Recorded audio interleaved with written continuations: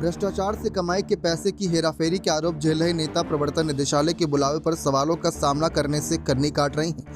जहां एक तरफ हेमंत सोरेन लगातार इस समन को नजरअंदाज कर रहे थे, लेकिन फिर आखिरकार उन्होंने ईडी को अपना न्योता दिया कि वह आवास पर आकर पूछताछ कर सकते हैं। तो वहीं सबकी नजरें अब मुख्यमंत्री केजरीवाल पर है कि केजरीवाल को लेकर ईडी का अगला कदम क्या होगा। ईडी की पूछताछ से क्या हमेशा के लिए केजरीवाल बच सकते हैं, क्योंकि शुरुआती 4 समन को उन्होंने बहुत ही नजरअंदाज किया। आखिर कानून ने ईडी को क्या अधिकार दिए हैं, इस विस्तार से जानते हैं कि क्या केजरीवाल के घर पर भी आ धमकेगी ईडी। दरअसल धन शोधन निवारण अधिनियम पीएमएलए की धारा 52 ईडी के निदेशक या जांच अधिकारी को अधिकार देता है कि वो मनी लॉन्ड्रिंग के आरोपी को तलब कर सके। ध्यान देने की बात है कि ईडी के अधिकारी उन लोगों को भी तलब कर सकता है जिनकी उपस्थिति किसी केस की जांच या कानूनी कार्रवाई के दौरान साक्ष्य प्रदान करने, रिकॉर्ड प्रस्तुत करने के लिए जरूरी मानी जाती है। पीएमएलए की सेक्शन 50(3) में कहा गया है कि सभी तलब किए गए व्यक्तियों को व्यक्तिगत रूप से या अधिकृत प्रतिनिधियों के माध्यम से उपस्थित होना अनिवार्य है। उन्हें सच्चे बयान देने और अनुरोध किए गए दस्तावेज मुहैया कराना भी जरूरी होता है।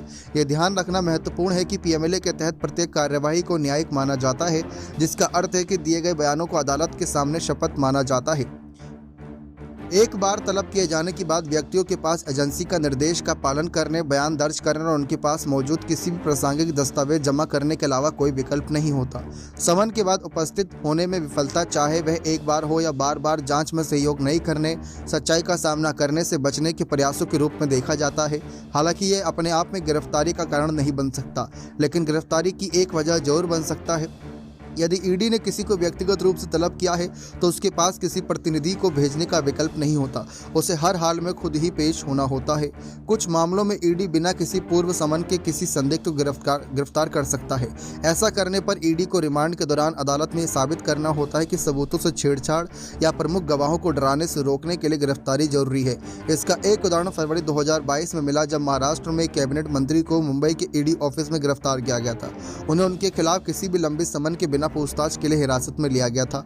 हाल के अदालती फैसलों ने ईडी की कानूनी शक्तियों की पुष्टि की है, लेकिन इस बात पर भी जोर दिया है कि केवल समन का पालन करने से गिरफ्तारी नहीं हो सकती। गिरफ्तारी की शक्ति को पीएमएलए की धारा 19(1) के तहत अलग से निपटाया जा सकता है, जिसके लिए ईडी डायरेक्टर को उनके पास मौजूद सबूतों के आधार पर गिरफ्तारी के लिए लिखित औचित्य प्रदान करने की आवश्यकता होती है। इन अदालती आदेशों ने स्पष्ट किया है कि ईडी गिरफ्तार कर सकती है, इस बहाने से उसके समन को नजरअंदाज नहीं किया जा सकता। अदालती आदेशों में साफ कहा गया है कि अगर दस्तावेज सौंपने और शपथ के बहाने दर्ज करवाने की खास दरकार है तो ईडी के समन को बिल्कुल ठुकराया नहीं जा सकता है। अब अरविंद केजरीवाल इन्हीं सब के तहत फंस सकते हैं कि कहीं ना कहीं वे ठुकरा तो रहे हैं, लेकिन आगे देखते हैं इसका नतीजा उन्हें कितना झेलना पड़ेगा। बने रहें चैनल के साथ। बहुत बहुत धन्यवाद।